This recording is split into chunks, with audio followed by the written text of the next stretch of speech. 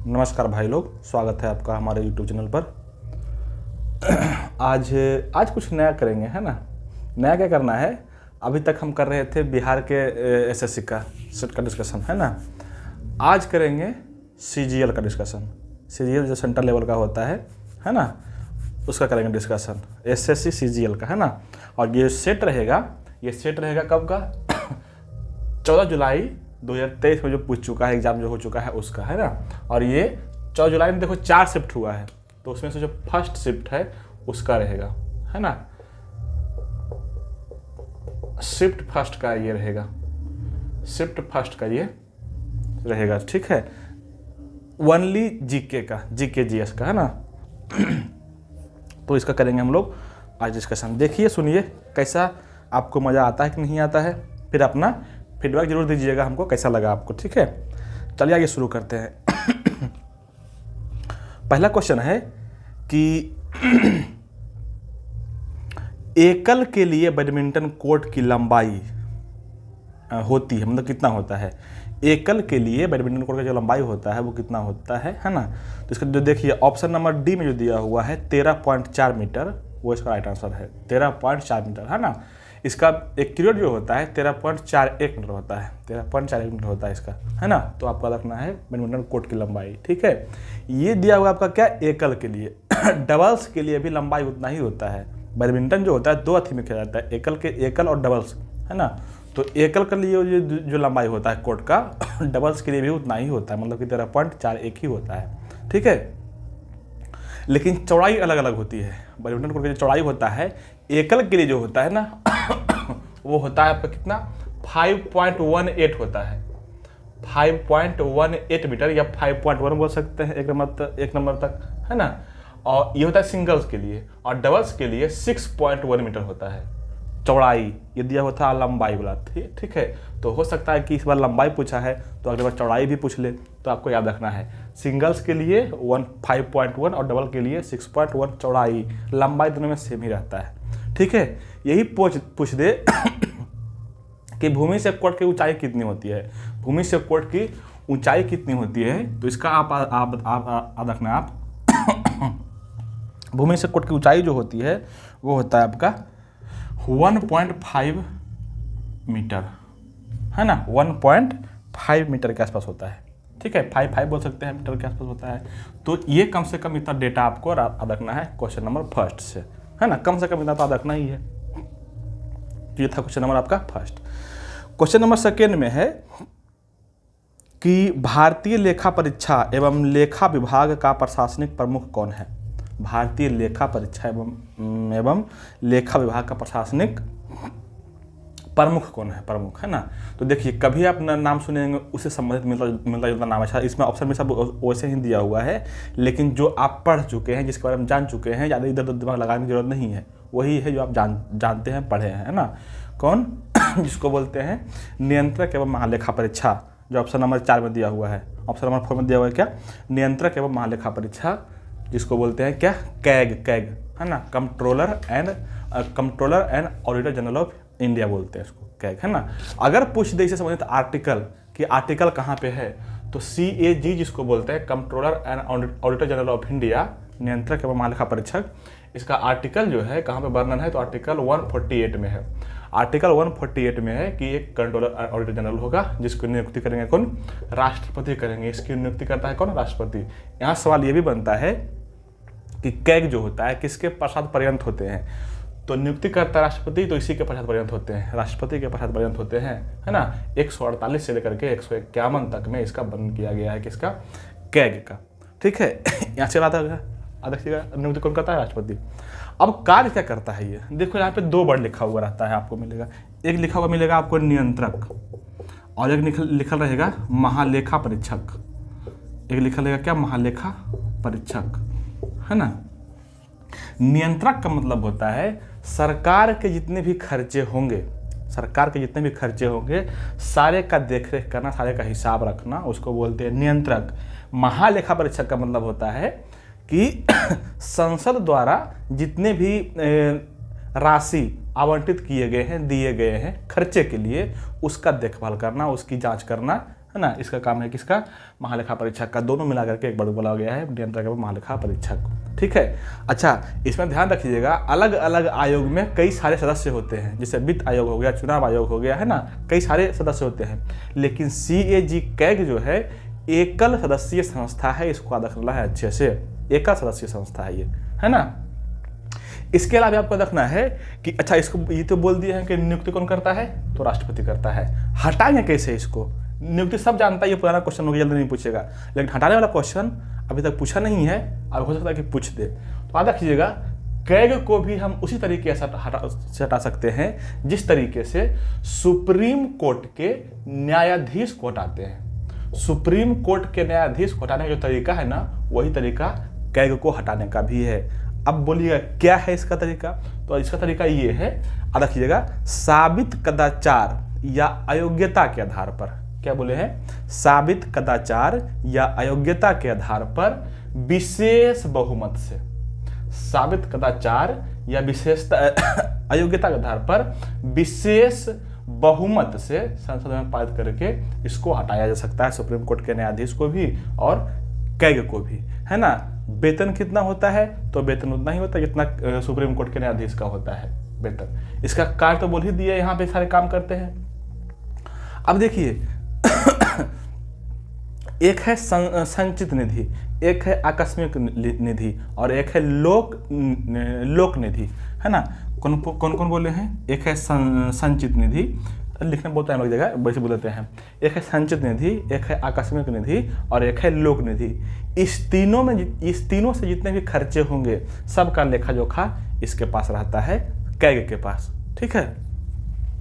यहाँ से एक आर्टिकल आपको रखना है, आर्टिकल 151। अभी क्या बोले थे, इसका वर्णन कहाँ से है, 148 से लेकर के 151 में। 151 आर्टिकल में है ना कि केंद्र से संबंधित जितने भी खर्चे होंगे उसका लेखा जोखा ब्यौरा, जिसको बोलते हैं रिपोर्ट, ये देता है राष्ट्रपति को, और राष्ट्रपति उसको रखते हैं संसद के पटल पर। संसद के पटल पर से लेता है कौन, विपक्ष के नेता लेता है और उसकी चर्चा करता है कि कहाँ कहाँ खर्चा किया।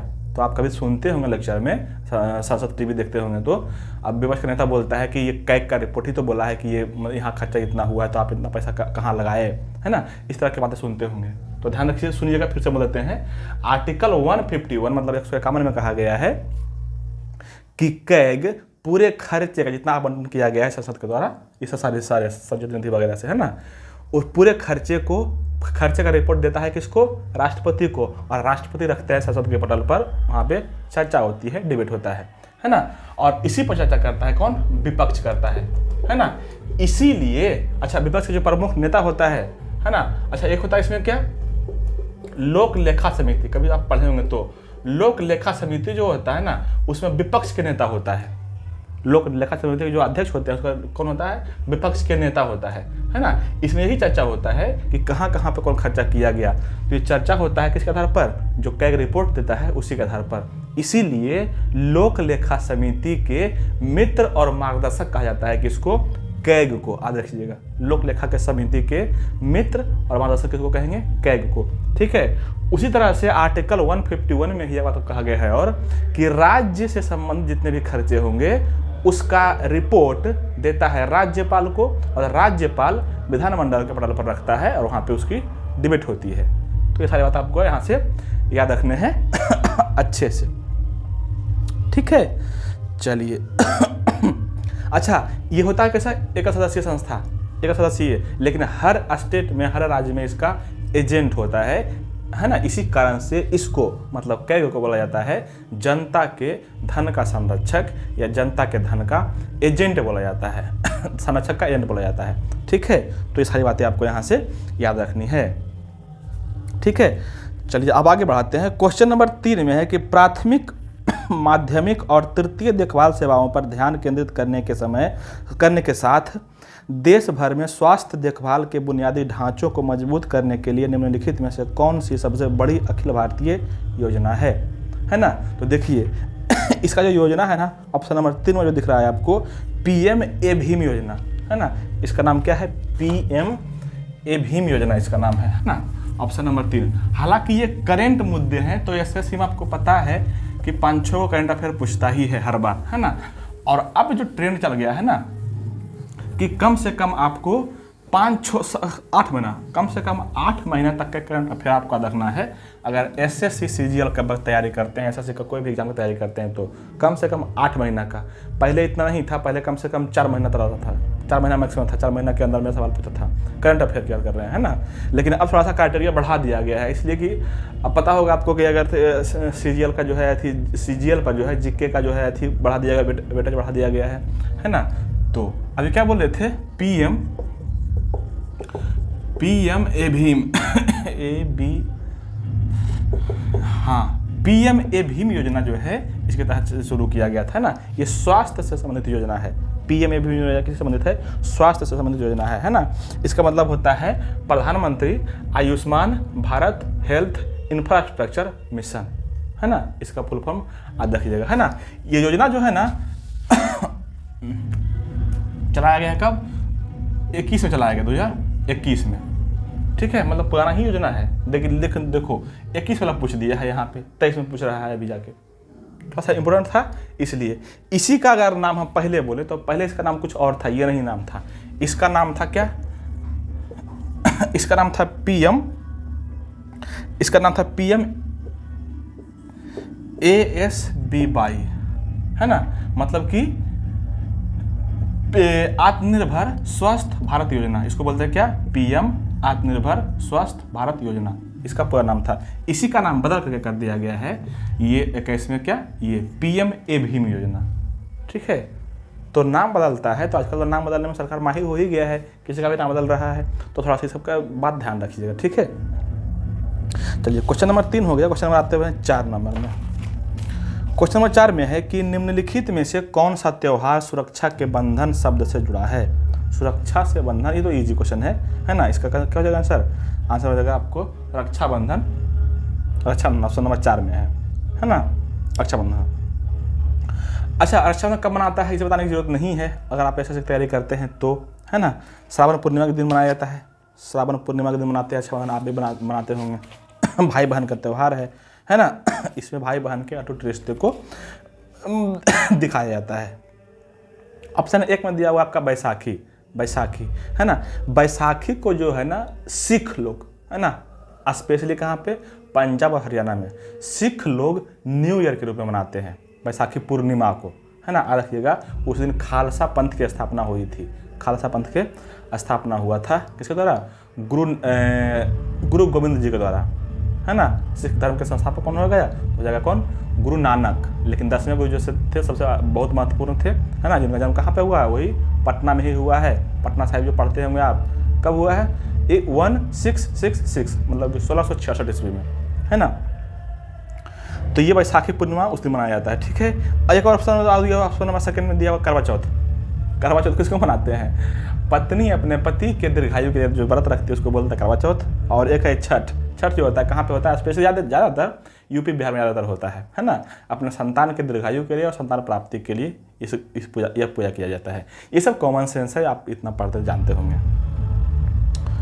क्वेश्चन नंबर 5 में है कि अक्टूबर 2021 में 19 वर्षीय किसने, मतलब कि डॉट दिया हुआ है, किसने विश्व कुश्ती चैंपियनशिप में रजत पदक जीता, है ना। देखिए 19 वर्षीय जो लड़की थी, सब तो लड़की ही है, उसमें से जो जीती है वो है अंशु मलिक। अंशु मलिक जब जीती थी 21 में तो बहुत इसका चर्चा हुआ था, बहुत चर्चा हुआ था, मतलब कि, है ना। अगर थोड़ा सा पेपर पढ़ते हुए कभी तो जरूर इसका नाम सुने होंगे, है ना। ये सब गलती नहीं होना चाहिए। बाकी सारे ऑप्शन जो है वो सब सारे के सारे कौन, पहलवाने हैं, सब कुछ चैंपियन है ना। तो इसका आंसर क्या हो जाएगा, ऑप्शन नंबर 1 में अंशु मलिक। क्वेश्चन नंबर 6 में है कि नीति आयोग द्वारा तैयार और नवंबर 2021 में लॉन्च किए गए पहले बहुआयामी गरीबी सूचकांक के आधार पर सबसे गरीब राज्य के रूप में उभरा है, कौन उभरा है। अभी देखो इस तरह का जब भी क्वेश्चन आता है तो दिमाग थोड़ा तुरंत आइडिया आ जाता है कि सबसे गरीब है तो कौन सी जगह बिहार हो जाएगा, सबसे कम अनपढ़ मतलब कि अनपढ़ है तो कौन सी जगह बिहार हो जाएगा। इसमें सोचने की बात नहीं है। बिहार सबसे कम, सबसे पिछड़ा हुआ है, सबसे गरीब है, निर्धन है, और उसके बाद है यूपी, उसके बाद है कौन हो जाएगा, उसके बाद हो जाएगा शायद MP। तो इस तरह से इसका डेटा है। सबसे अमीर बोलेगा कौन, तो सबसे अमीर हो जाएगा कौन आपका, ये महाराष्ट्र। उसके बाद कौन हो जाएगा, उसके बाद तमिलनाडु, ठीक है, अमीरों की सूची में।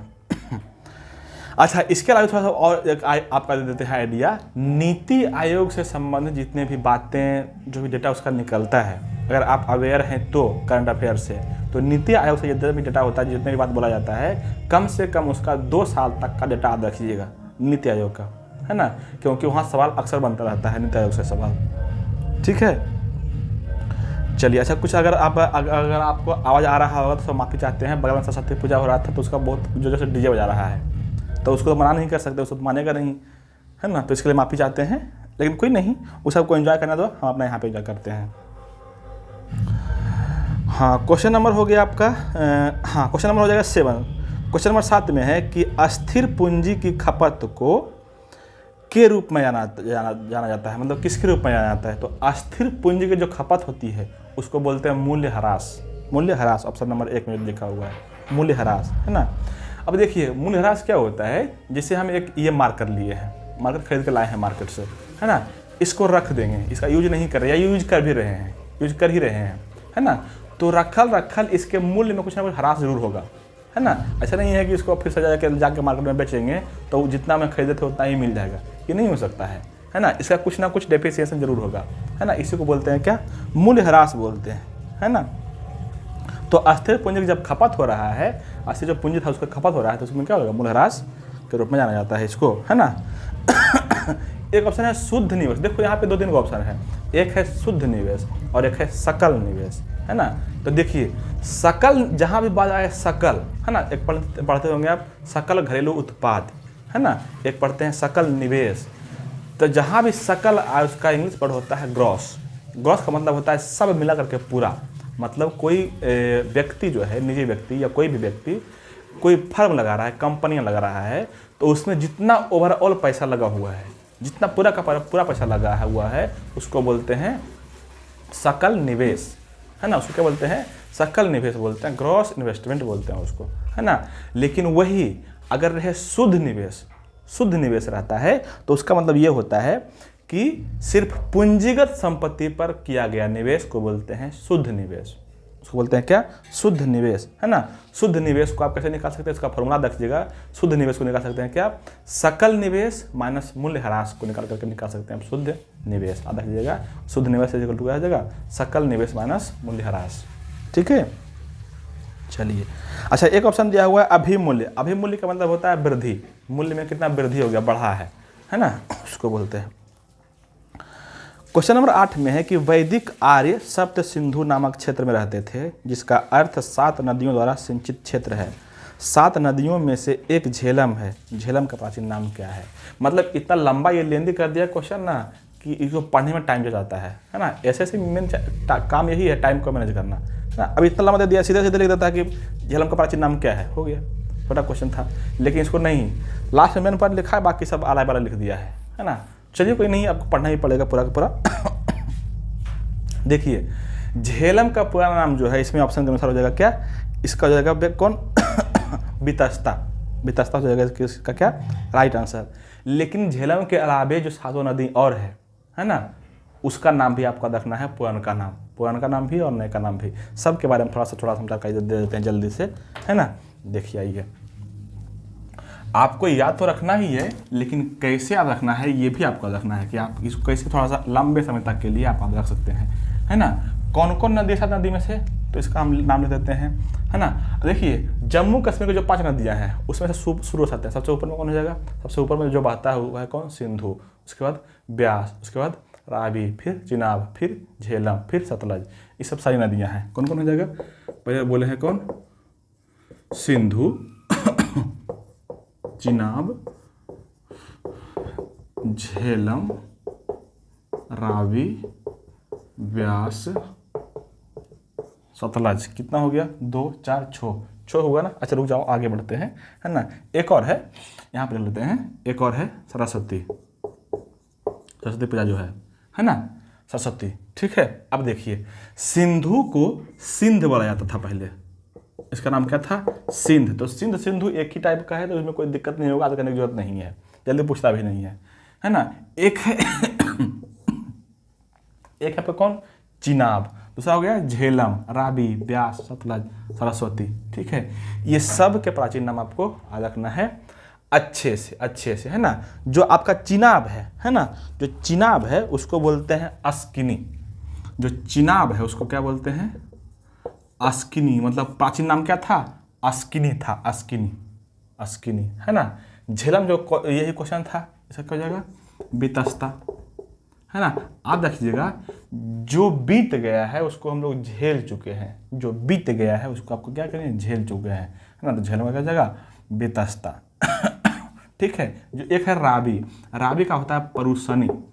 राबी का पुराना जो नाम है वो कौन है? परुसनी, है ना। राबी का पुराना नाम क्या हो जाएगा? परुसनी हो जाएगा, परुसनी। ठीक है। एक है आपका कौन? व्यास। व्यास का होता है विपाशा। विपाशा बसु सुने होंगे कभी आप, देखे भी होंगे हीरोइन जो है। व्यास का विपाशा बसु क्या की? ध्यान भंग कर दिया, है ना। तब उसका क्वेश्चन होगा विपाशा। एक है सतलज। सतलज का होता है शतुद्री। शतुद्री बोला जाता है सतलज को, है ना। पहले का नाम था क्या? शतुद्री। नीचे में जो लिख रहे हैं पहले का नाम था, अभी जो बोल रहे हैं अभी नाम है ना। एक है सरस्वती। इसका अभी नाम घग्घर है। घग्घर या सरस्वती है ना। घग्घर, सरस्वती को बोलते थे क्या? घग्घर। ठीक है। कम से कम इतना नदियों का नाम रखना है। ये हो गई, यही था सातों नदी जो सप्त सैंधव प्रदेश कहलाता था उस समय, सप्त सैंधव प्रदेश। यहाँ पे एक नदी के नाम और हम बोलेंगे, और वो ये नदी है गंडक। गंडक का नाम यहाँ पे आपको याद रखना है। गंडक का नाम है सदानीरा। सदानीरा जो है इसका प्राचीन नाम है। तो जो ऊपर में लिखा हुआ सबका नाम वो अभी का नाम है, जो नीचे में लिखा हुआ नाम वो पहले का नाम, प्राचीन नाम है। तो आपको सबका प्राचीन नाम याद रखना है, अच्छे से लिख के राइट करके। ठीक है। चलिए, क्वेश्चन नंबर 9 में है कि चोल प्रशासन में उन गांवों की सभा थी जहां मुख्य रूप से ब्राह्मण रहते थे, है ना। मतलब कि यहाँ फिल करना है कौन सी, मतलब कि जहाँ ब्राह्मण की सभा रहती थी उसको क्या कहते थे। तो यहाँ पे देखिए, इसका जो राइट आंसर होगा वो जगह ऑप्शन नंबर 4 में लिखा हुआ सभा। देखिए, अभी यहाँ चोल काल से संबंधित जितने भी स्पेशल बात है उस सब को हम बोल देते हैं। आप सुनते रहिएगा, आसान से लिखते, और चाहे तो नोट कर लेना, है ना। एक शब्द है सभा। सभा वैसे लोगों की संस्था थी जिसमें सिर्फ ब्राह्मण लोग रहते थे, उसको बोलते थे सभा। एक शब्द है उर।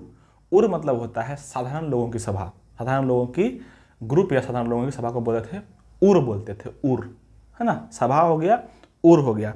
एक और है नगरम।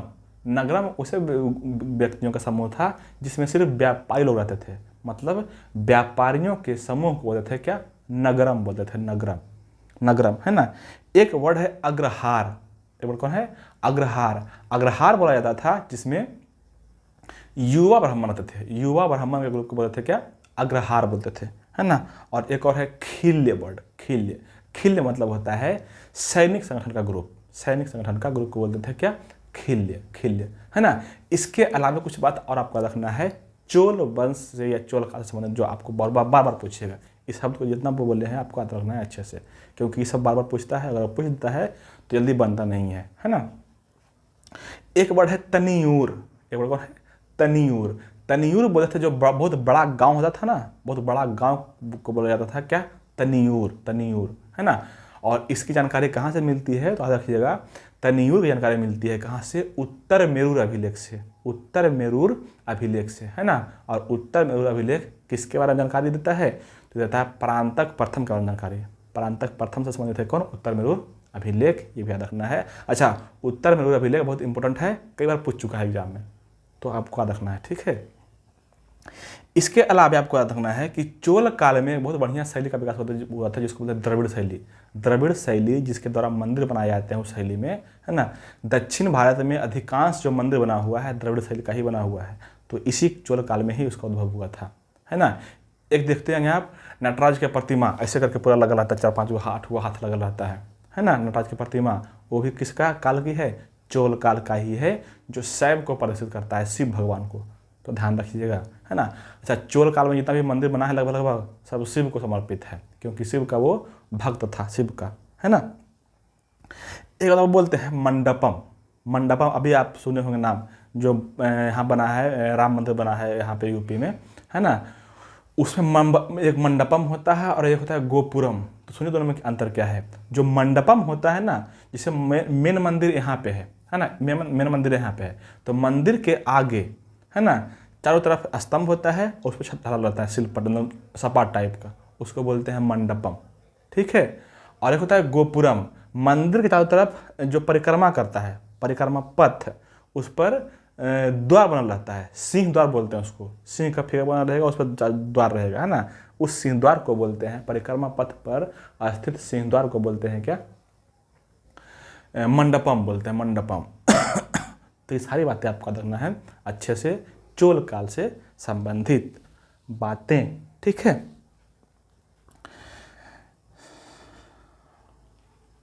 ऐसे गोपुरम था, है ना, परिक्रमा पथ कौन था, गोपुरम। चलिए क्वेश्चन नंबर 10 में है कि निम्नलिखित में से कौन सा राज्य ताप्ती नदी का हिस्सा नहीं है, ताप्ती नदी का हिस्सा नहीं है। तो ताप्ती नदी कहाँ नहीं बहता है, तो इसका आंसर हो जाएगा ऑप्शन नंबर 1 में राजस्थान। राजस्थान में ताप्ती नदी नहीं बहता है ना। ताप्ती नदी मध्य प्रदेश के मुल्ताई पहाड़ी से निकलती है और जाती है कहाँ पे, महाराष्ट्र में, महाराष्ट्र से गुजरात में, गुजरात से जाकर कच्छ की खाड़ी में ख़त्म हो जाती है। ठीक है। तो याद रखिए कहाँ कहाँ पे, मध्य प्रदेश, महाराष्ट्र, उसके बाद गुजरात, है ना। मध्य प्रदेश के मुल्ताई पहाड़ी, मुल्ताई पहाड़ी किसका भाग है, तो मुल्ताई पहाड़ी जो है, कभी पढ़े होंगे आप धूपगढ़ी, पंचमढ़ी, है ना, तो पंचमढ़ी का एक भाग है ये, है ना, पंचमढ़ी का ये क्या है, भाग है मुल्ताई पहाड़ी, उसी से निकलता है ना। एमपी में एक शहर है नेपा नगर, जो कागज का खाना के लिए बहुत फेमस है, तो नेपा नगर के निकट से ही गुजरता है नदी ताप्ती, है ना। और बताते हैं आपको, महाराष्ट्र में एक शहर है, बहुत बढ़िया और फेमस शहर है, स्टेशन जिसको बोलते हैं आपके, वो हमारा एक दोस्त का थी है, ज्वाइनिंग किया हुआ है ना, उसको बोलते हैं आप भूसावल। भूसावल के नदी किनारे बसा हुआ है ताप्ती नदी, ताप्ती नदी किनारे बसा हुआ भूसावल, है ना, तो वहाँ गुजरती है। और एक बच गया कौन, सूरत, गुजरात में, सूरत के किनारे भी गुजरता है, सूरत से गुजर के चला जाता है, लास्ट में हो जाता है इसका। ठीक है। चलिए, तो कहाँ पे, राजस्थान में नहीं होगा, बहेगा ही, है ना। क्वेश्चन नंबर 11 में है कि निम्नलिखित में से किसका उपयोग लार्ज हैड्रॉन कोलाइडर, जिसको LHC भी कहते हैं, के लिए शीतलन माध्यम और MRI स्कैनर और NMR स्पेक्ट्रोमीटर में सुपर कंडक्टिंग मैग्नेट के रूप में किया जाता है। इसका जो आंसर होगा वो होगा ऑप्शन नंबर 4 में दिया हुआ है आपका, हीलियम, है ना। देखो ऑप्शन कभी पढ़े होंगे आप पीरियोडिक टेबल, तो उसमें जब पहला तत्व था, आप पढ़ते होंगे हाइड्रोजन पढ़ते होंगे ना। हाइड्रोजन का पहले इसलिए रखा गया कि क्योंकि हाइड्रोजन जो है किसी भी रूल को फॉलो ही नहीं करता है, इसीलिए उसको बोलते हैं आवारा तत्व बोलते हैं, आवारा एलिमेंट बोलते हैं, है ना। पहला जो तत्व था कौन, हीलियम था, है ना। तो हीलियम जो है ना बहुत इम्पोर्टेंट है, अधिकांश जितने भी एक्सपेरिमेंट हुए हैं हीलियम के प्रोटॉन को लेकर के यूज हुआ है, सिद्धांत दिया गया हीलियम के प्रोटॉन को लेकर के, है ना। तो उसी हीलियम के प्रोटॉन को लेकर के, हीलियम के प्रोटॉन का बौछार कराया गया कहाँ पे, है ना। एक पढ़ता है, देखो एक बता दो, एक संस्था है सर्न जिसको बोलते हैं, सर्न नाम की एक संस्था है जिसको बोलते हैं CERN, सर्न, है ना, CERN, सर्न, ऐसे इसको भी लिख सकते हैं सर्न, है ना। ये क्या होता है, centre of European research and nuclear, है ना। ये सर्न नामक संस्था है जो यूरोपीय देशों का एक संस्था का ग्रुप है ना। यही संस्था जो है ना, यही संस्था जो है जेनेवा में 2010 में क्या किया गया, 100 फीट नीचे गड्ढा खोदा और उसमें 27 किलोमीटर का सुरंग बनाया। 100 फीट नीचे जमीन में गड्ढा खोदा और 27 किलोमीटर लंबा सुरंग बनाया, और उसमें हीलियम, जो अभी बोले थे एग्जाम्पल में, हीलियम के प्रोटॉन कण का बौछार कराया गया, प्रकाश के वेग के जितना वेग से उसमें बौछार कराया गया, है ना। इसलिए ताकि पता चले कि हिग्स बोसॉन कण कैसा होता है, उसके और क्या क्या यूज कर सकते हैं। हिग्स बोसॉन कण उत्पन्न करवाने के लिए किया गया था ये एक्सपेरिमेंट सर्न के द्वारा, है ना। क्यों, इसलिए कि बिग बैंग थ्योरी जो है, जो दिया था कौन, जो लेमेंटियर दिया था, जो बताता है कि ब्रह्मांड कैसे बना है, मतलब ब्रह्मांड की उत्पत्ति बताता है कौन, बिग बैंग थ्योरी। तो बिग बैंग थ्योरी को अपने एक्सपेरिमेंट लैब में प्रयोग करने के लिए ही किया गया था ये प्रयोग, है ना। आप देखिएगा। चलिए क्वेश्चन नंबर 12 में है कि 2018 में गूगल डूडल ने मृणालिनी साराभाई का 100वां जन्मदिन मनाया, वह किस नृत्य की प्रतिपादक हैं? तो मृणालिनी साराभाई जो है ना, इसका आंसर जो हो जाएगा ऑप्शन नंबर 1 में दिया हुआ है भरतनाट्यम और कथकली। देखिए यहाँ पे दिया हुआ है भरतनाट्यम और कथकली दोनों नृत्य से संबंधित है, लेकिन मोहिनी अट्टम भी नाचती थी ये। तो देखना तीनों, भरतनाट्यम, कथकली और मोहिनी अट्टम, तीनों से, है ना। यहाँ पे ऑप्शन क्या दिया हुआ है, क्वेश्चन क्या दिया हुआ है? मृणालिनी साराभाई। एक क्वेश्चन रहेगा मल्लिका साराभाई। तो अगर मल्लिका साराभाई रहेगा ना, तो करना है आपको क्या? भरतनाट्यम और कुचिपुड़ी। भरतनाट्यम और कुचिपुड़ी। कौन? मल्लिका साराभाई। एक ऑप्शन रहेगा, एक क्वेश्चन रहेगा आपका क्या? यामिनी कृष्णमूर्ति। तो यामिनी कृष्णमूर्ति रहेगा, तो वहाँ पे करना है भरतनाट्यम और कुचिपुड़ी। भरतनाट्यम और कुचिपुड़ी ये भी करती थी, है ना। तो ऐसे कई सारे भरतनाट्यम के नर्तकी है ना। तो यहाँ पे कुछ हम बोलते हैं भरतनाट्यम में जो नाचती है ना। और ये हम वैसे आदमी का नाम बोलेंगे जो कभी ना कभी एसएससी में पूछा हुआ क्वेश्चन है ना। सुनिएगा, है ना, कौन कौन सा है आपको याद रखना यहाँ से, ताकि भरतनाट्यम से संबंधित कभी भी सवाल आपके सामने आ जाए तो आप उसको चूकें नहीं। आपको याद रखना है ना, इसमें याद रखना है क्या? गीता रामा पद्मा सरोजा। क्या रखना है? गीता रामा पद्मा सरोजा। गीता रामा पद्मा सरोजा, है ना। और क्या रखना है? चित्रा काव्या ओपोली। क्या रखना है? चित्रा काव्या ओपोली, है ना। क्या रखना है क्या? श्रीवल्ली, है ना, श्रीवल्ली। एक और रखना है नटराजन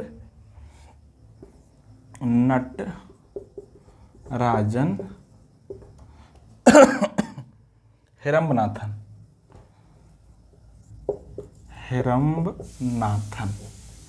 इतना आदमी जो है ना संबंधित है किससे? भरतनाट्यम से। भरतनाट्यम से आपको याद कैसे रखना, ये आप पहले समझिए। आपको ऐसे पढ़ना है, गीता रामा पद्मा सरोजा, सब अलग अलग है, एक में नहीं है कोई, सारे अलग अलग है ना। गीता रामा पद्मा सरोजा, इतना पढ़ना एक बार में। गीता रामा पद्मा सरोजा, चित्रा काव्या ओपोली।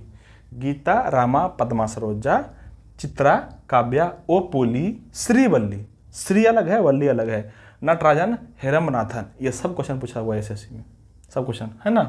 याद रखिएगा, गीता रामा पद्मा सरोजा, चित्रा काव्या ओपोली, श्रीवल्ली, नटराजन हेरम्बनाथन, है ना। ये जो बल्ली है अमारलेम बल्ली का नाम सुने होंगे आप अमारलेम बेल्ली, वही अमारलेम बेल्ली है। और श्री से होता है सीवी, एक होता है सीवी चंद्रशेखर। सीवी चंद्रशेखर जो है, इसका मतलब क्या हो जाएगा? सीवी चंद्रशेखर जो है किससे संबंधित है? इसी से, भरतनाट्यम से, है ना। ओपोली जो है जिसे रखना है, ओपोली को आप रख देंगे, ओपोली वही है। बाकी ये सब एक एक नाम है, ये सब तो नाम बहुत लंबा लंबा होता है, तो उतना पूरा लंबा आप याद नहीं रख सकते, उतना लंबा तो रहेगा भी नहीं, क्योंकि एक नहीं है, बहुत सारी चीज़ें हैं।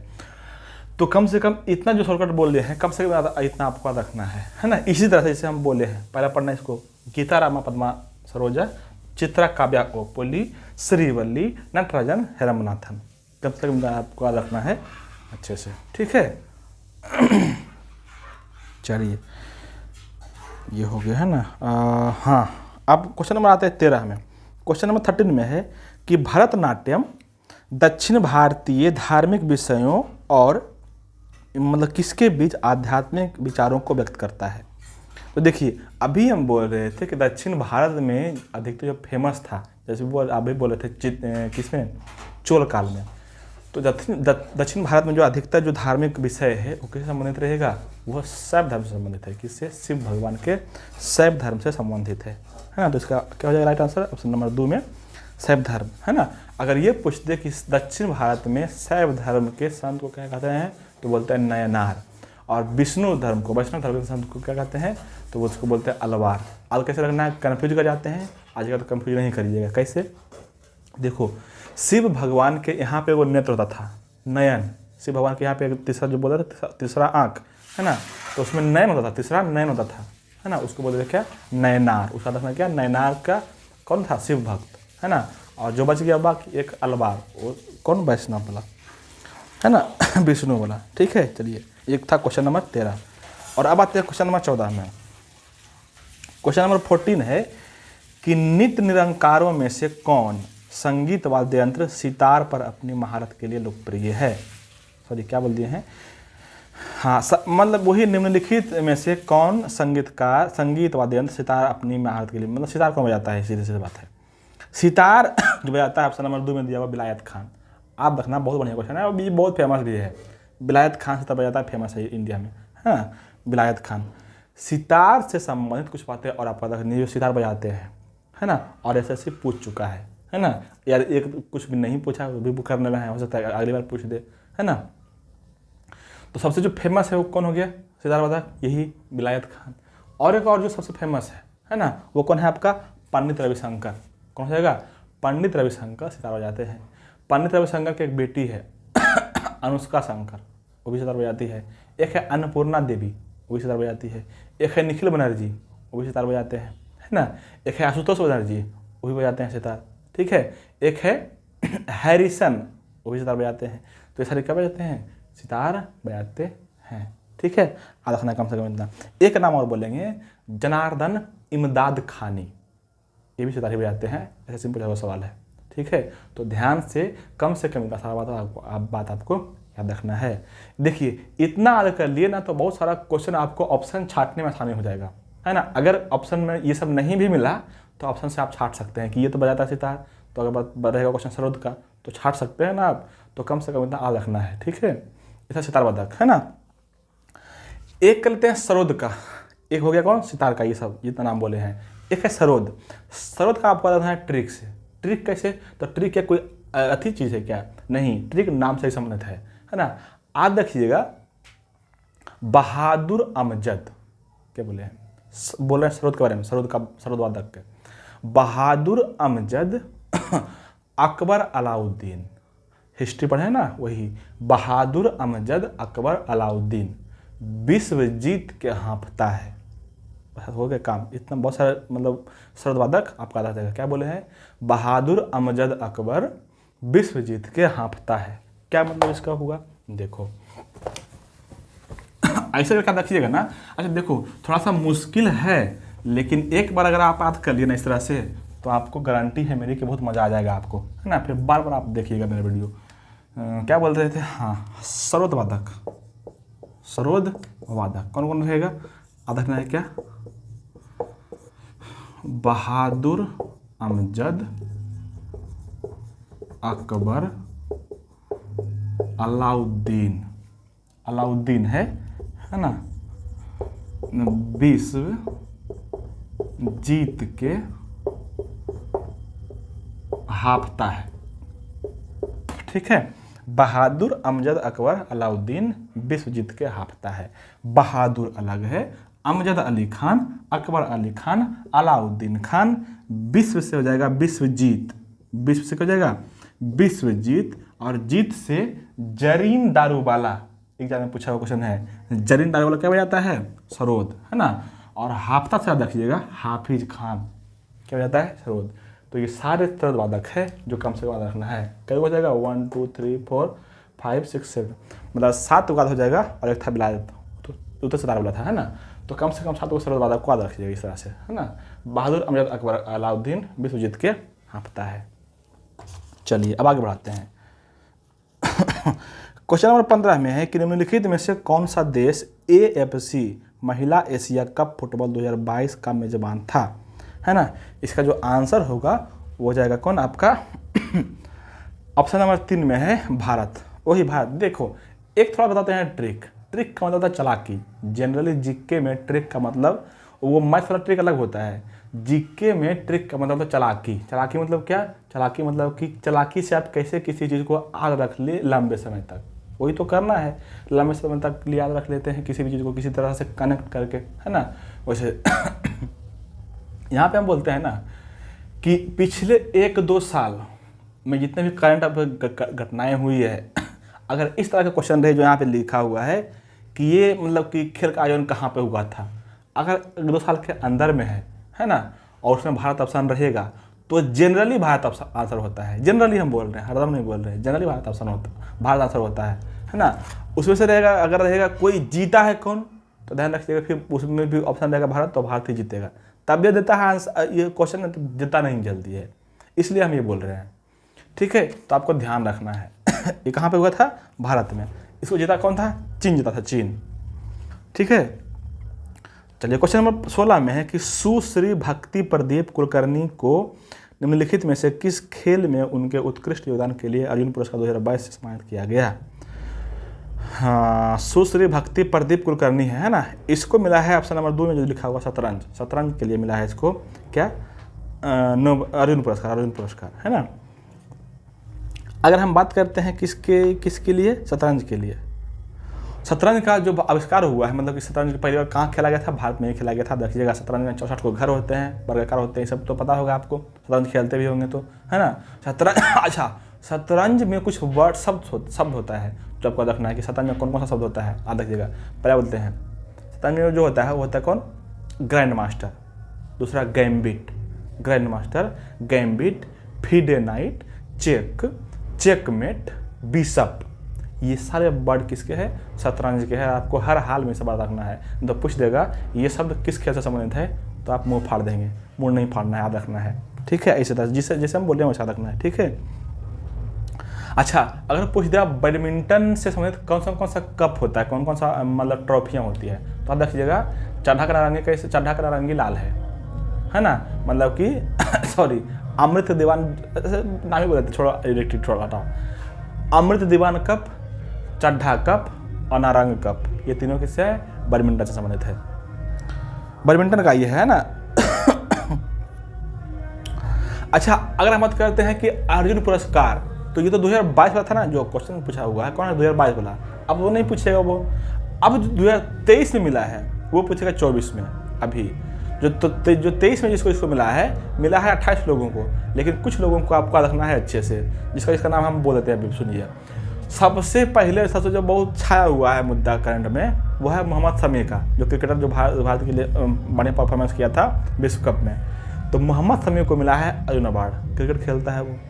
ठीक है, मोहम्मद शमी को। एक नाम आता है मोहम्मद हुसामुद्दीन को भी मिला है अर्जुन अवार्ड, है ना। किसके लिए? तो इसको मिला है बॉक्सर है, ये बॉक्सर मोहम्मद हुसामुद्दीन। ठीक है, ये दो हो गया।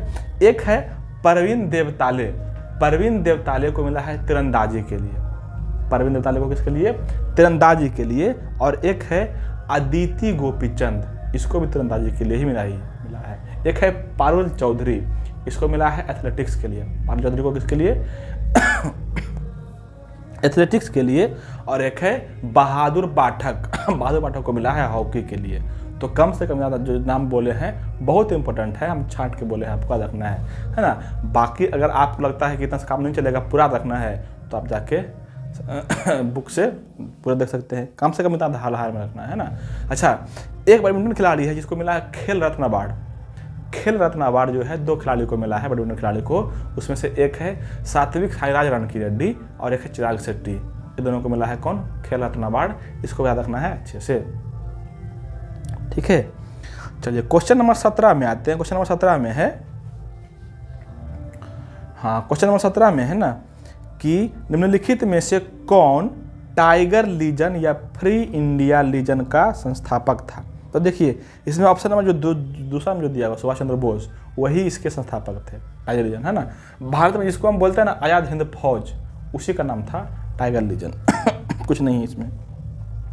यही बात करते हैं हम ब्रिटिश सावरकर के। ब्रिटिश सावरकर कम से कम दो वो समिति इसका है, याद रखिएगा। एक है मित्र मेला 1903 में और एक है 1904 में अभिनव भारत। मित्र मेला और अभिनव भारत जो समिति है किसका है? ब्रिटिश सावरकर का, मतलब कि वो जो है इसकी स्थापना की है। ठीक है, और अगर बात करते हैं लाला हरदयाल की, तो क्या है कौन? गदर पार्टी के स्थापना में सहायक किए हैं। और मोहन सिंह भखना जो है वो भी गदर पार्टी से सहायता किए हैं। कब हुआ है? 1913 ईस्वी में। कहाँ पे? तो USA जनरल रहेगा मैक्सिको, वहाँ पे इसकी स्थापना हुई थी गदर पार्टी के। ठीक है, याद रखिएगा।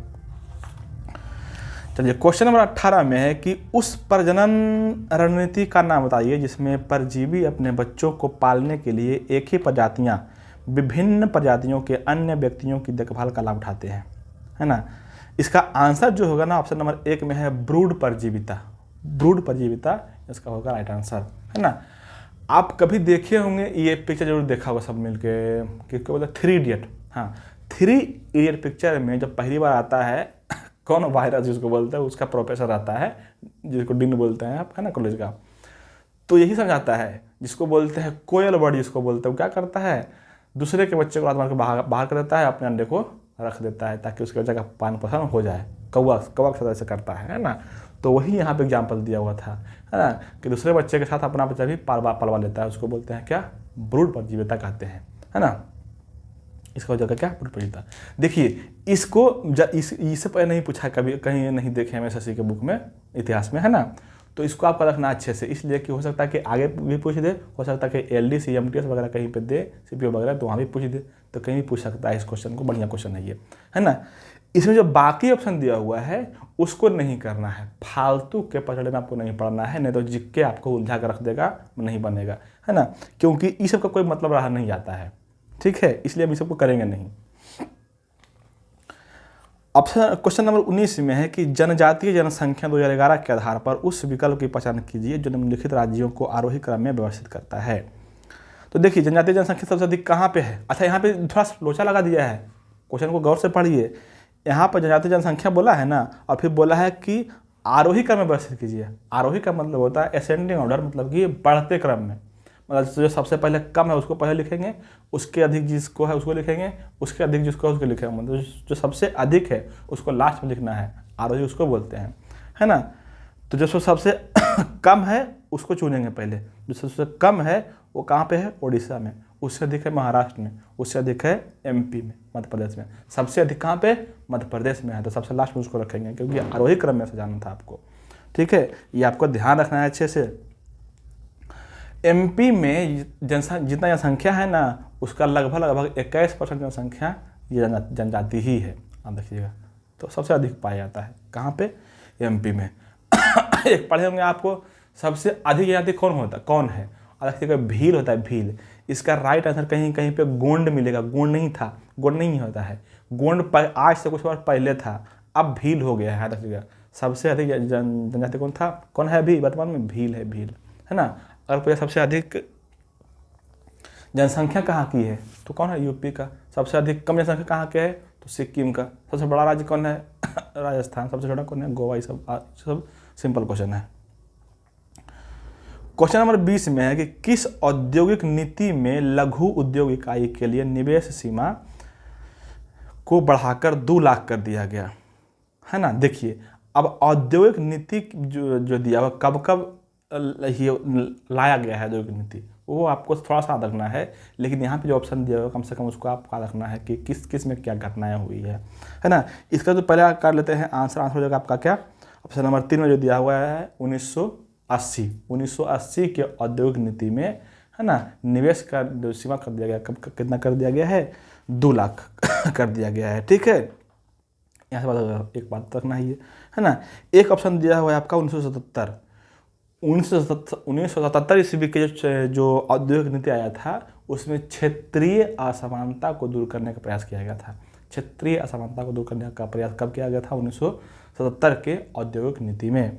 एक ऑप्शन दिया हुआ 1956 की औद्योगिक नीति, तो पता होगा औद्योगिक नीति जो 1956 आया है, कौन आया है? द्वितीय पंचवर्षीय योजना में। तो द्वितीय पंचवर्षीय योजना किस पर जोर दिया गया था? भारी उद्योग पर, है ना, भारी उद्योग पर दिया गया था। और इसलिए इसका क्या हो जाएगा?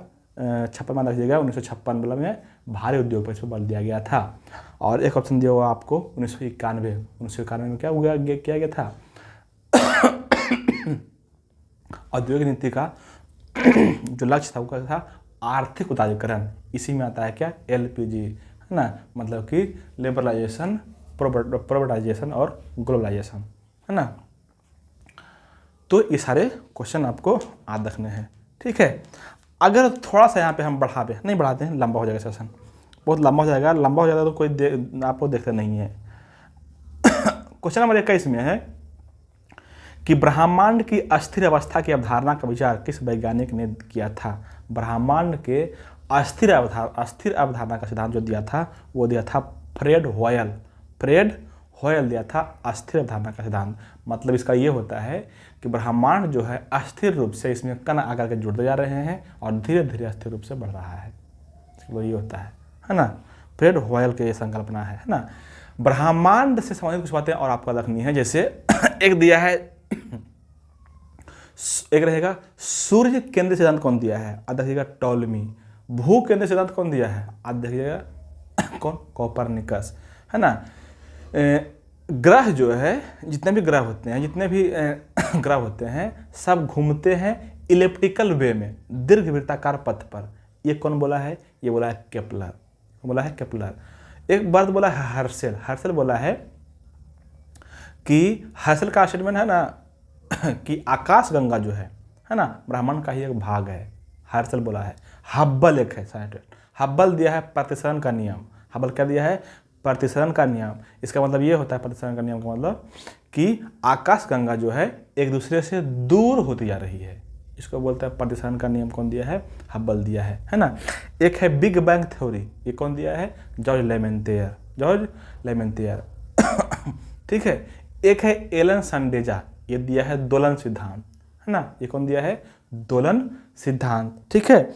एक और है सतत सृष्टि सिद्धांत, ये कौन दिया है, यही दिया है गोल्डबर्डी, है ना। एक और है निहारिका परिकल्पना कौन दिया है, लाप्लास दिया है, है ना। तो ये सारी बातें आपको याद रखनी है अच्छे से।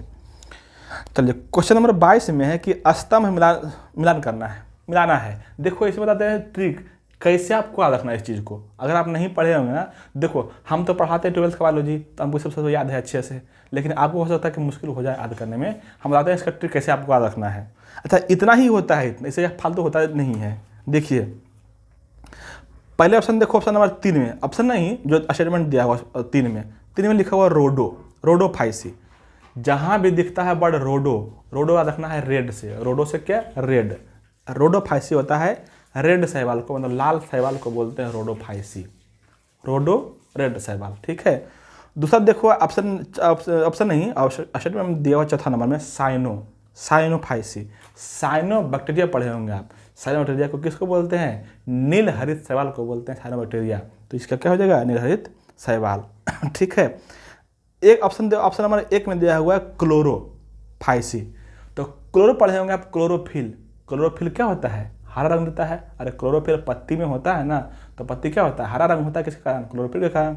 तो वही क्लोरोफिल क्या हो जाएगा, हरा शैवाल। बच गया कौन, फियोफाइसी, वो होता है कौन, भूरा शैवाल। तो इस तरह से आपको याद रखना है, रोडो रेड वाला, साइनो नील हरित शैवाल, और जो क्लोरोफिल होता है हरा होता है, और बच गया कौन, फियो होता है भूरा शैवाल। ठीक है। तो ये सारी बातें आपको याद रखनी है यहाँ से। क्वेश्चन नंबर 22 हो गया। ठीक है। क्वेश्चन नंबर 23 में है कि भारत में राजस्व संग्रहण की रैयतवाड़ी प्रणाली जो अंग्रेजों द्वारा शुरू की गई थी किस पर आधारित है। तो ये जो रैयतवाड़ी व्यवस्था शुरू किया गया था ना, वो जो ऑप्शन नंबर 2 दिया हुआ है आपका, रिकॉर्डो के लगान सिद्धांत के अनुसार मतलब उस पर आधारित था ये, है ना। अगर बात करते हैं रैयतवाड़ी व्यवस्था के, देखो भारत में मूल रूप से कृषि क्षेत्र पर 3 तरह की व्यवस्था लागू किया गया था। एक है रैयतवाड़ी, एक है महलवाड़ी, एक है जमींदारी। तो यहाँ सवाल कई सारे बनते हैं। रैयतवाड़ी पूरे ब्रिटिश क्षेत्र का 51% हिस्सा, 51% हिस्सा पर लगा हुआ था क्या, रैयतवाड़ी। कहाँ पे लगा था, तो लगा था आपका कहाँ पे, बम्बई, मद्रास और असम पर, कौन, रैयतवाड़ी। ठीक है।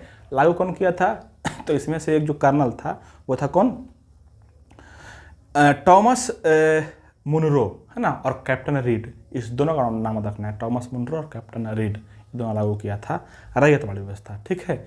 एक होता है महलवाड़ी व्यवस्था जो था, ये कुल ब्रिटिश राज्य के 30% हिस्से पर था, है ना। ये कहाँ पे लागू था, दिल्ली, पंजाब, हरियाणा और पश्चिमी उत्तर प्रदेश। नाम बोल दे अच्छा तक ना, बहुत इंपॉर्टेंट क्वेश्चन है, यहाँ से बनता है। ठीक है। महलवाड़ी, है ना। इसमें जो है ना, महाल को एक जैसे महाल बोलते थे उस वहाँ पंजाब में महाल बोला जाता है एक जागीर को, जागीर बोलते हैं एक गांव को, जैसे बोलते हैं हम लोग, है ना। तो एक महाल में फिक्स कर दिया गया था कि इसका इस महाल से, इस जागीर से टैक्स ये वसूल करेगा, एक जमींदार को नियुक्त कर दिया गया था, और वही पूरे मतलब कि जब टैक्स को कलेक्शन करके ब्रिटिश सरकार को देता था। उसके बाद कुछ वो भी लेता था, उसको बोलते थे क्या, महलवाड़ी व्यवस्था, है ना। और एक था अस्थाई बंदोबस्त, है ना। आज जगह यहाँ से सवाल बनता है महलवाड़ी से कि महलवाड़ी व्यवस्था को लागू किसने किया था, हॉल्ट मैकेंजी था एक, उसने लागू करने का काम किया था, है ना। एक है अस्थाई बंदोबस्त, बहुत बढ़िया क्वेश्चन, बहुत बार पूछा हुआ क्वेश्चन है। 1793 ईस्वी में लागू किया था, कार्नवालिस द्वारा लागू करवाया गया था। उसमें वो इस समय यही गवर्नर था वहाँ के, है ना, कार्नवालिस, है ना। इसमें अस्थाई बंदोबस्त में कहा गया ना, देखिए रैयत वाले में कहा गया था कि इस व्यवस्था में किसान जमीन का मालिक होगा, लेकिन जो अस्थाई बंदोबस्त है इसमें कहा गया कि जमींदार जो है, जो टैक्स वसूल करेगा पूरे क्षेत्र का, पूरे गांव का, वो जमीन का मालिक नहीं होगा, है ना, वो जागीर का मालिक होगा। जमीन का मालिक किसान ही होगा। ध्यान रखना यहाँ पे, थोड़ा सा अंदर समझिएगा, जमींदार जागीर का मालिक होगा, जमीन का नहीं। किसमें कहा गया था ये, अस्थाई बंदोबस्त में, है ना। इसका अस्थाई बंदोबस्त नाम इसलिए है क्योंकि ये 30 वर्ष के लिए फिक्स कर दिया गया था कि जो कानून बन गया है अगले 30 साल तक रहेगा, और यह पूरे ब्रिटिश साम्राज्य का 19% हिस्सा पर लागू हुआ था। कहाँ कहाँ पर था, बिहार, बंगाल, उड़ीसा और उत्तरी कर्नाटक, कुछ यूरोपीय क्षेत्र में भी था। तो व्यवस्था लगाया गया था वहाँ पे, ठीक है। इसमें जितना टैक्स कलेक्शन होता था उसका 90% लेता था ब्रिटिश सरकार, 10% लेता था जमींदार, है ना। अच्छा, इसका कोई फिक्स नहीं था कि कितना टैक्स लेना है, ये फिक्स नहीं था, इसलिए जमींदार लोग फायदा उठा करके अधिक वसूल कर लेता था, है ना, और 90% दे दिया उसको, 10% रख लिया अपने पास। तो इसीलिए जो है अधिक वसूल करने के चक्कर में जो है ना, बाद में लोग विद्रोह पर उतर गए थे। अभी किसी को सताइएगा, किसी को तो लिमिट होता है ना किसी चीज़ को वसूल करने का, तो इस तरह से। चलिए क्वेश्चन नंबर 24 में है कि 1901 में रासायनिक गतिशीलता और समाधानों में ऑस्मोटिक होता है, ऑस्मोटिक प्रेशर होता है, हिंदी में कैसे लिख दिया है, ऑस्मोटिक प्रेशर होता है। ऑस्मोटिक प्रेशर के नियमों की खोज द्वारा प्रदान की गई असाधारण सेवाओं की मान्यता के लिए नोबेल पुरस्कार किसे मिला है। देखो फिर क्वेश्चन घुमा दिया है, क्वेश्चन सीधा सा था कि पहली बार रसायन के क्षेत्र में नोबेल पुरस्कार किसको मिला था। सिंपल सा क्वेश्चन है, लंबा लंबा घुमा दिया, ऑस्मोटिक प्रेशर ये वो कर दिया, है ना। सीधा सा रखना है, पहली बार रसायन के क्षेत्र में किसको मिला था नोबेल प्राइज। हाँ देखो यहाँ पे लिख दिया, पहली बार क्यों बोल रहे हैं, 1901 में। तो 1901 में तो शुरू हुआ था नोबेल प्राइज, है ना। किसके जन्म दिवस पर, अल्फ्रेड नोबेल के जन्म दिवस पर। अल्फ्रेड नोबेल किसका खोज किए थे, डायनामाइट के किए थे, है ना। उसी के जन्म दिवस पर शुरू किया गया था, है ना, 1901 में। पहली बार किसको मिला था, इसी को। ऑप्शन नंबर 2 में दिया हुआ है Jacobus Henricus van t Hoff. इतना लंबा आपको याद नहीं रखना है, बिल्कुल नहीं रखना है, आपको याद रखना है सीधे वांट हॉप, रसायन में वांट हॉप, ठीक है। रसायन में क्या जगह वांट हॉप, फिजिक्स में रोएंटजन, WC रोएंटजन, बायोलॉजी में वॉन बेहरिंग, बायोलॉजी में कौन जगह वॉन बेहरिंग, साहित्य में प्रोधोसली, साहित्य में कौन जगह प्रोधोसली, शांति में कौन जगह फ्रेडरिक पासी और हेनरिक दुदांत, फ्रेडरिक पासी और हेनरिक दुदांत कौन जगह शांति में। और कौन हो गया इकोनॉमिक्स में जो है इकोनॉमिक्स जो है फ्रिस और टिनबर्गन था अमेरिका का, है ना। इसको मिला है क्या, पहली बार नोबेल प्राइज, ठीक है। चलिए ये बाबत देखना इसलिए पड़ता था कि लगता है कहीं कहीं कैमरा बंद ना हो जाए, कैमरा बंद हो जाता है हम इधर अति पागल में भौंकते रहते हैं, इसे देखना पड़ता है। चलिए क्वेश्चन नंबर लास्ट में आता है 25 नंबर क्वेश्चन में कि भारतीय संविधान के निम्नलिखित में से कौन से अनुच्छेद नागरिकता से संबंधित है। तो देखो नागरिकता से संबंधित जो अनुच्छेद है ऑप्शन नंबर 2 में दिया हुआ है 5 से 11, भाग ऑप्शन नंबर 2 में दिया हुआ 5 से 11, भाग 2 में भी पड़ता है ना। भाग 1 में है राज्यों का संघ, भाग 2 में नागरिकता है, भाग 3 में मौलिक अधिकार है, भाग 3 में क्या हो गया मौलिक अधिकार, भाग 4 में क्या हो जाएगा नीति निर्देशकता, तो भाग 5 में हो जाएगा क्या वही चार के काम में क्या हो जाएगा वही मौलिक कर्तव्य, है ना। और 5 में हो जाएगा संघ, 6 में राज्य, इस तरह से भाग सबको बटा हुआ है, आप देखिएगा, है ना। यहाँ पे आपको करना है ना कि 5 से 11 जो आर्टिकल है उस 5 से 11 आर्टिकल में क्या क्या वर्णन है। आते हैं शुरू करते हैं एक आर्टिकल 1 से। आर्टिकल 1 में है कि भारत राज्यों का संघ होगा। आर्टिकल 2 में है कि नए राज्यों का प्रवेश, भारत में कोई भी राज्य प्रवेश कर सकता है अगर करेगा संविधान के तहत, नगर राज्यों का प्रवेश, आर्टिकल 2 में। आर्टिकल 3 में है कि किसी भी राज्य के सीमा, नाम, क्षेत्र आदि में परिवर्तन कर सकता है, आर्टिकल 3 में। आर्टिकल 4 सुनिए, आर्टिकल 4 में है ना कि आर्टिकल 2 और आर्टिकल 3 इन दोनों में जो भी संशोधन होगा, ये आर्टिकल 368 जो है संविधान संशोधन नहीं माना जाएगा। क्या बोले हैं, आर्टिकल 2 और 3 में जितना भी संशोधन होगा ना, ये संविधान संशोधन नहीं माना जाएगा। ये आर्टिकल 4 में कहा गया है। ये था भाग 1। भाग 2 में क्या है, यही नागरिकता जो क्वेश्चन पूछा हुआ है ना। आते हैं ऑप्शन आर्टिकल 5। आर्टिकल 5 में है ना कि जिस समय संविधान लागू हुआ उस समय जो भारत में था वो भारत का नागरिक माना जाएगा, जो विदेश में था वो भारत का नागरिक नहीं माना जाएगा। अब आर्टिकल 5, ठीक है। आर्टिकल 6 को आपको बहुत अच्छा सा रखना है, इसलिए कि इसमें लोचा है। आर्टिकल 6 रखना एक डेट 19 जुलाई 1948। इसमें कहा गया ना आर्टिकल 6 में कि 19 जुलाई 1948 के पहले तक जो भारत में रह गया वो भारत का नागरिक हो जाएगा, समझा जाएगा। और जो विदेश में चल गया, पाकिस्तान में चल गया, वो पाकिस्तानी नागरिक होगा, है ना। लेकिन हाँ, इसी में कहा गया है कि 19 जुलाई 1948 के बाद जब पाकिस्तान चल गया और बाद में चाहता है कि हम भारत आ जाएं, है ना, तो उसके लिए व्यवस्था है। क्या है कि पहले भारत में आकर 6 महीना रहो, उसके बाद पंजीकरण के द्वारा आपको नागरिकता दी जाएगी, आर्टिकल 6 में, ठीक है, ध्यान रखिएगा। आर्टिकल 7 में है कि 1947 के बाद, 1947 से पहले जो रह गया नियम तो रह गया है, 1947 के जो बंटवारा हुआ है उसके बाद चल गया पाकिस्तान और अब चाहता है कि भारत आ जाए हम, है ना। तो उसके लिए भी वही व्यवस्था जो 6 में आर्टिकल में है, वही कि पहले आके 6 महीना रहो, उसके बाद पंजीकरण के द्वारा उसको मिल जाएगा नागरिकता, पंजीकरण के द्वारा, ठीक है। हो गया 1 घंटा 1 मिनट। अच्छा, थोड़ा सा बस हो गया, ख़त्म हो गया। आर्टिकल 7 हो गया। आर्टिकल 8, आर्टिकल 8 में है कि भारतीय मूल के जितने भी व्यक्ति हैं सबको भारत का नागरिक समझा जाएगा, है ना। भारतीय मूल मतलब क्या होता है, भारतीय मूल मतलब होता है या तो उसका बाप जन्मल रहे भारत में, या उसका माँ जन्मल रहे भारत में, या उसका नाना नानी दादा दादी कोई भी भारत में जन्मल रहेगा कहीं भी, उसको भारतीय मूल का नागरिक का दर्जा दिया जा सकता है ना। आर्टिकल 9 में है कि अगर कोई व्यक्ति विदेशी नागरिक का धारण कर लेता है, विदेशी नागरिक का, तो उसका नागरिकता भारत का नागरिकता उसका खत्म हो जाएगा। मतलब कि भारत में इसीलिए बोला गया कि भारत में एकल नागरिकता की व्यवस्था है ना।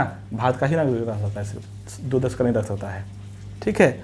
और आर्टिकल 10 में है कि नागरिकता कोई मतलब संसद के बनाए विधि के अनुसार ही जा सकती है या छीन जा सकती है, कोई छीन या हटा नहीं सकता नागरिकता से, है ना। इसलिए ना ये नियम बना दिया गया कि उस समय लोग बहुत अनपढ़ थे, अभी भी अनपढ़ है, कोई किसी को बाला फुसा करके मतलब उसको नागरिकता से वंचित कर दिया जा सकता था। इसलिए बना दिया गया कानून ये कि संसद की विधि के अलावा कोई नागरिकता छीन नहीं सकता है ना। आप देखिएगा ये आर्टिकल कहाँ पे है, आर्टिकल 10 में था। और आर्टिकल 11 में है कि नागरिकता समाप्ति कैसे कैसे हो सकता है। नागरिकता समाप्ति के 3 तरीके हैं, एक है परित्याग, एक है पर्यवसान और एक है वंचित करना। वंचित करने के तरीके होते हैं, ऐसा नहीं कि किसी को वंचित कर देंगे, वो संसद के द्वारा वंचित किया जा सकता है ना। और कुछ पता आपको याद रखना है यहाँ से, नागरिकता प्राप्त करने के तरीके, नागरिकता आप कैसे कैसे प्राप्त कर सकते हैं। नागरिकता प्राप्त करने के 5 तरीके हैं। कौन कौन है सुन लीजिएगा। एक जन्म से, एक वंश से, एक जन्म से, एक वंश से, एक देशीयकरण से, है ना, एक पंजीकरण से और एक भूमि अर्जन से। जन्म से, वंश से, पंजीकरण से, देशीकरण से और भूमि अर्जन से, इस 5 तरह से नागरिकता को प्राप्त किया जा सकता है, ठीक है। बस इतना ही क्वेश्चन था इसमें, ओके।